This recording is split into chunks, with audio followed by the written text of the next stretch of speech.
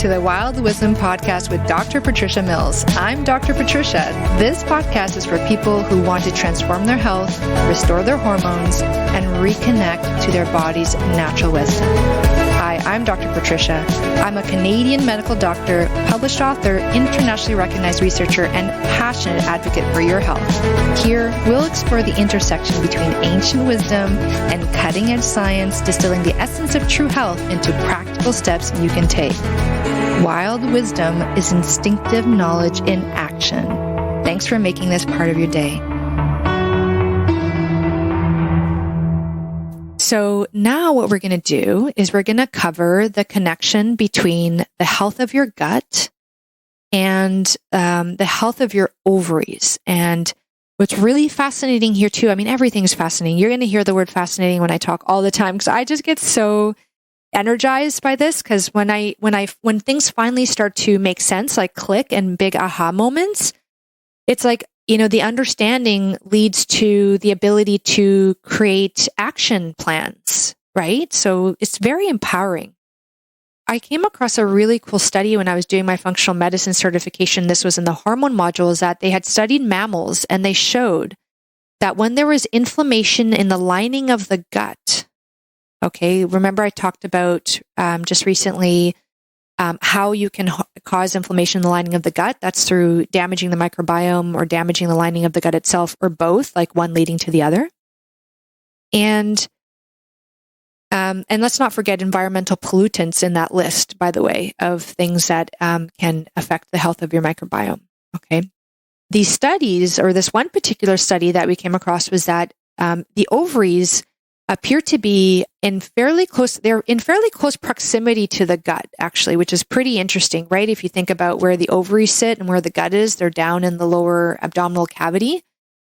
There appears to be the ability of gut inflammation to directly cause inflammation of the ovaries, which is just kind of crazy if you think about it. Now, they in this study, they purposely caused inflammation in the gut to see, and then they, they do an autopsy where they open up the animal and they take out the organs and they see what happened. And they saw that the ovaries became inflamed.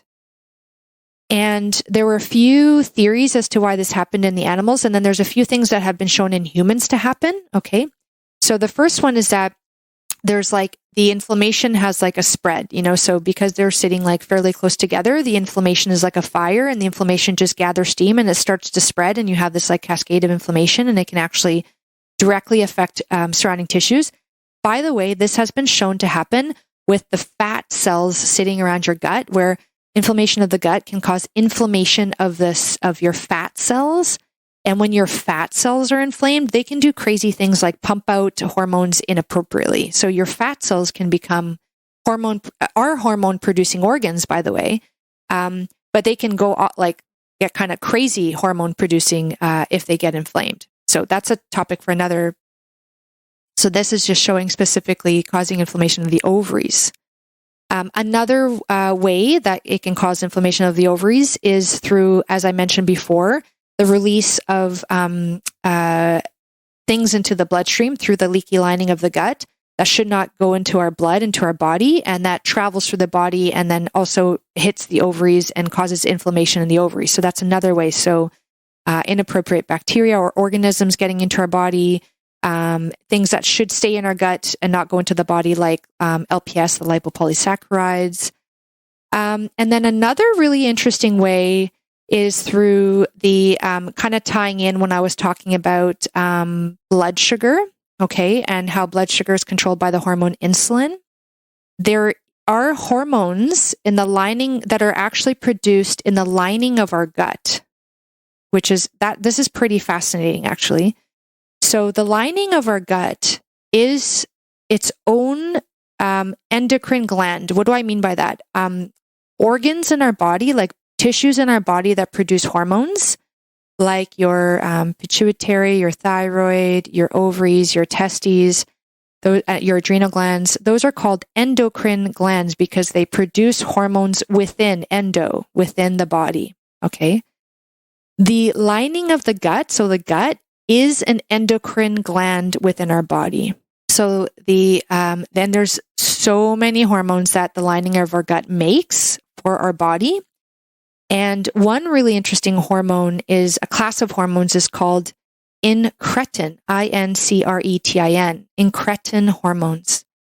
And the production of these hormones are stimulated through the foods that we eat.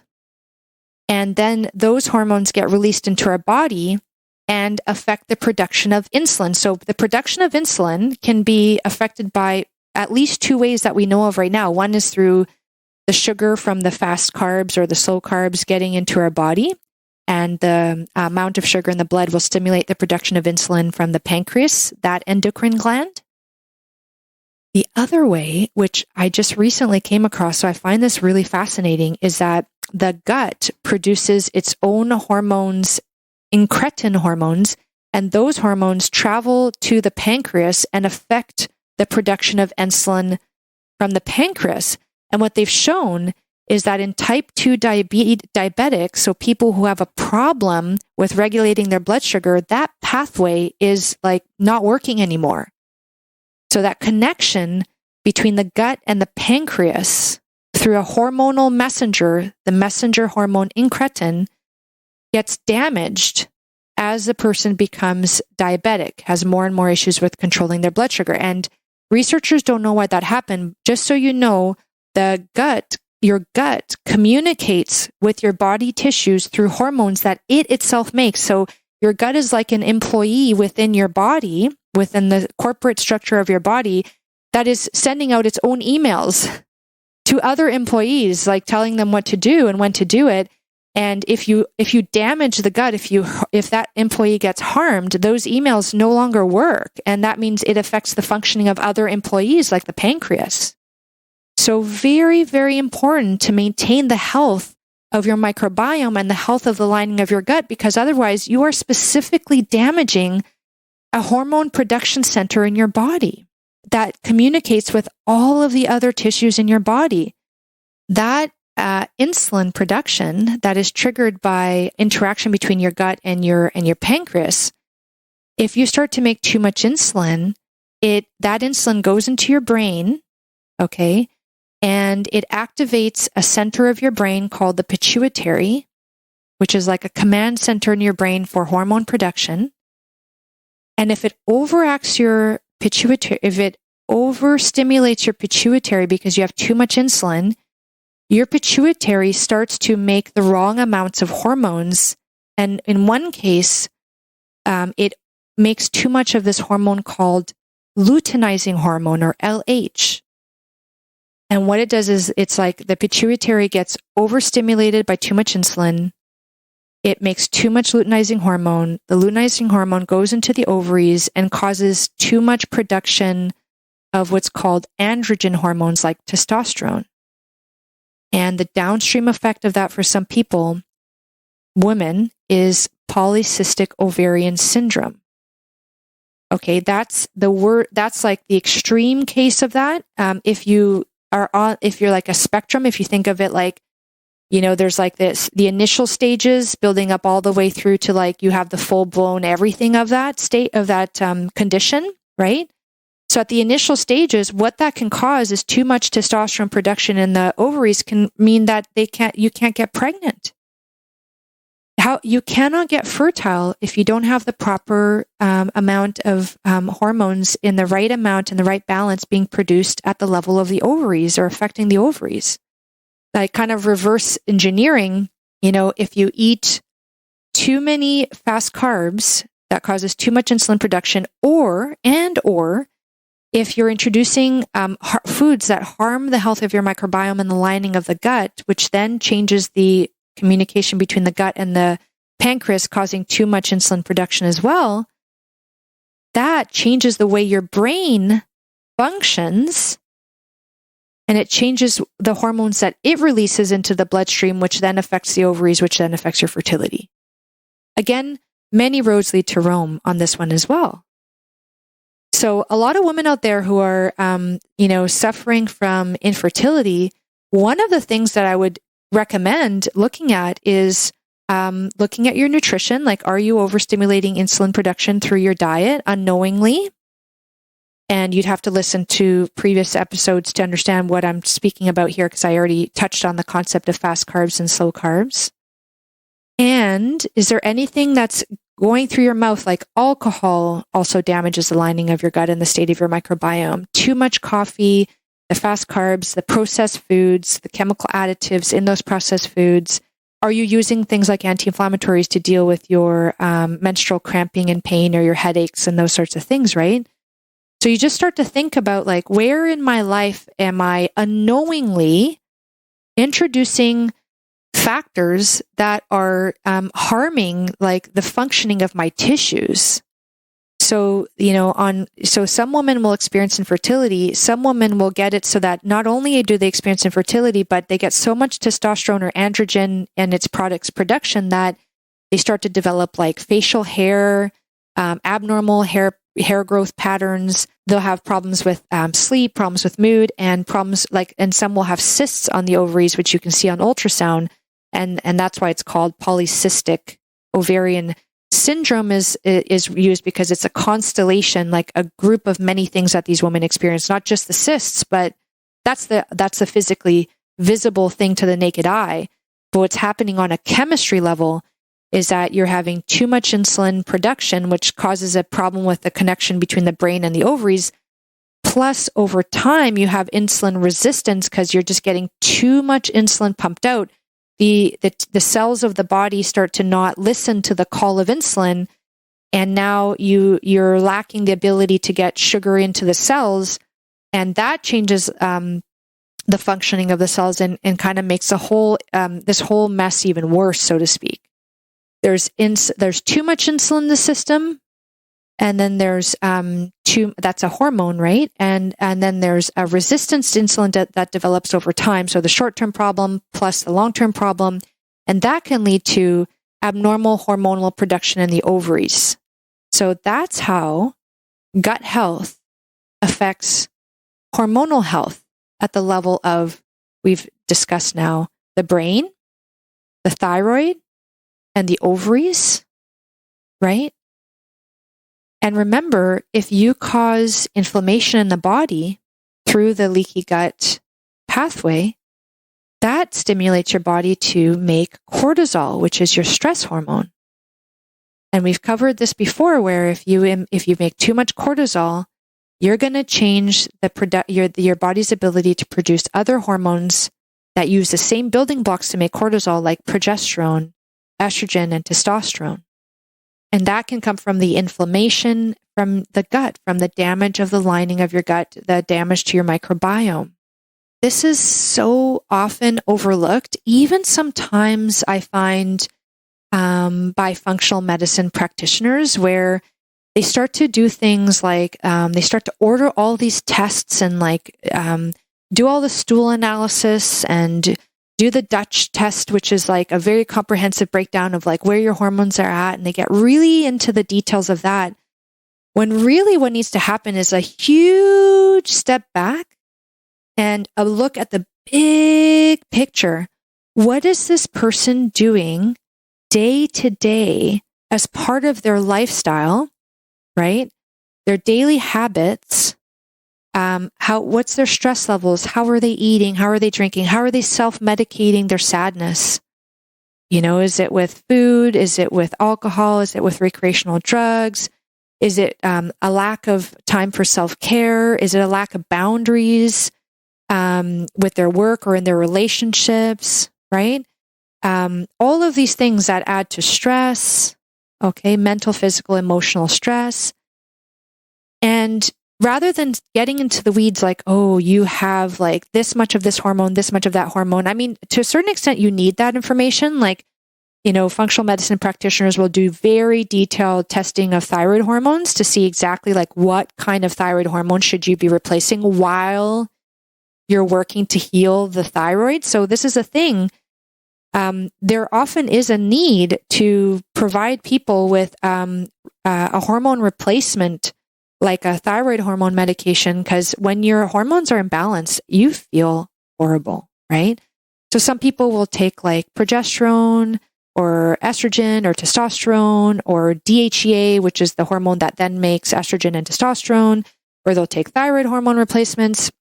And that is great as long as you are also taking that big step back and being like, okay, if my hormones are out of balance, 100% my gut health is not good. I mean, it's like it would be so unusual for someone to have hormonal imbalance and have intact gut health. Let's provide the Band-Aid right now so that you have the energy to take that step back with me and look at your lifestyle and look at your daily habits. And the thing is, you, the listener, as the individual who is looking to heal your hormones, rebalance your hormones, you are going to have to go through a massive inner awakening. Okay? It's going to be hard because you're going to realize that unless you came from like, goodness, if you're raised by parents who are like in this field and some like parents like have been aware of this research now for a few decades, that is very rare. Like, you know, and certainly that was not the case with my family. And we were a very quote unquote health conscious family. We all like eat. I remember that when my dad was so into health, and my sisters as well, and myself and my mom, and we went deep into like the Atkins diet and the Zones diet, like all of these different ways of eating. We were reading like all of the mainstream books and, you know, trying everything out. But for some reason, we never came across the concept of the microbiome and the health of the lining of the gut, and the concept of balancing insulin through blood sugar balancing, like specifically, you know, monitoring blood sugars. We never came across that. So I'm assuming you're like me, like the average standard American person who just never really was sufficiently or properly exposed to this information. And what you're going to learn, unfortunately, and it's okay, I'm holding your hand through this, you know, is that probably like 90% of what you're doing day to day that you think is healthy is actually not helping your body out. And I see this with my clients all the time.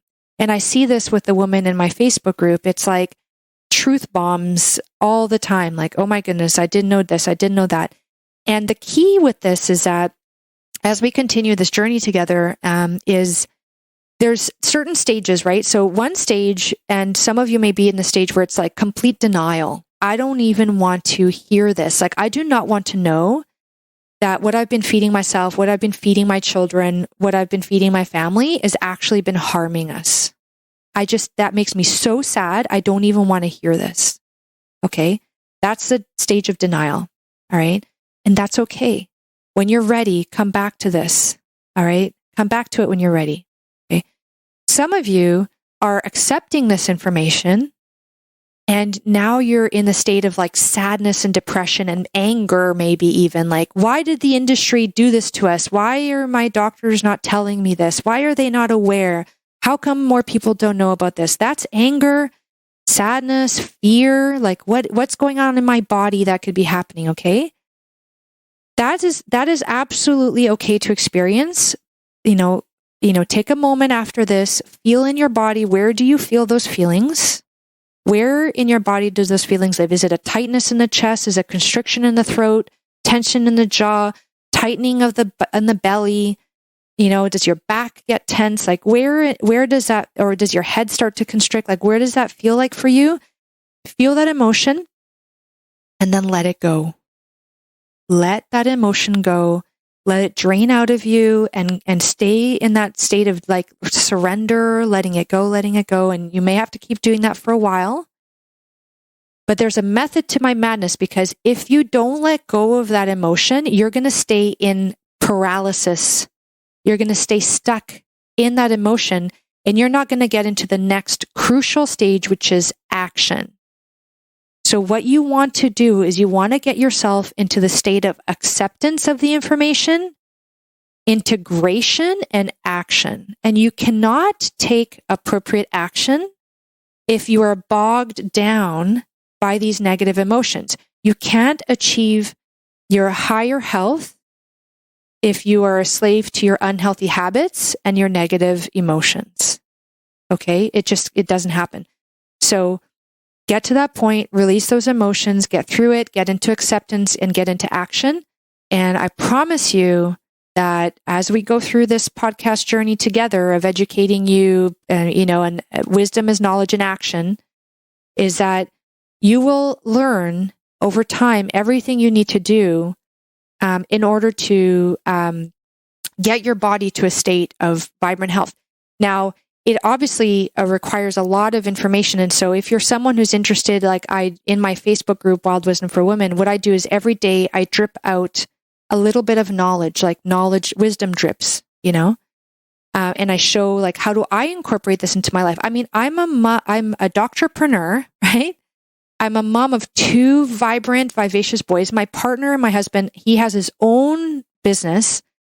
So I'm in charge of feeding the family, organizing things like, school related issues, all that stuff. Like I'm doing all the things, and I'm able to maintain a healthy lifestyle that I know is supporting my health. And it took time transitioning from habits of my previous lifestyle to my current habits. And the transition period is effortful and takes time. I 100% agree with that. However, the day-to-day efforts of my current habits are not more intensive than the day-to-day habits of my previous lifestyle. They're just different. They're focused on different things. So in that Facebook group, I do show like how it is that I incorporate these things day to day as a busy mom and a busy entrepreneur, doctorpreneur. This is what I do. I do it through this podcast. I have a YouTube video, Dr. Patricia Mills, MD, where I put recordings of my Facebook Lives. I have my Patreon page where I put all of my recordings and my Wild Wisdom Digest. Why am I sharing this information with you? Because it takes time and it takes repetition and it takes, sharing like practical tips, like practical day-to-day tips. So in this podcast, what you've just learned is the knowledge. And there's still even more layers to what I just taught you. I wanted to make sure you got the foundations of it. And I wanted to raise your awareness around this issue. So I hope you found it helpful. And I look forward to sharing more about this with you in future podcasts.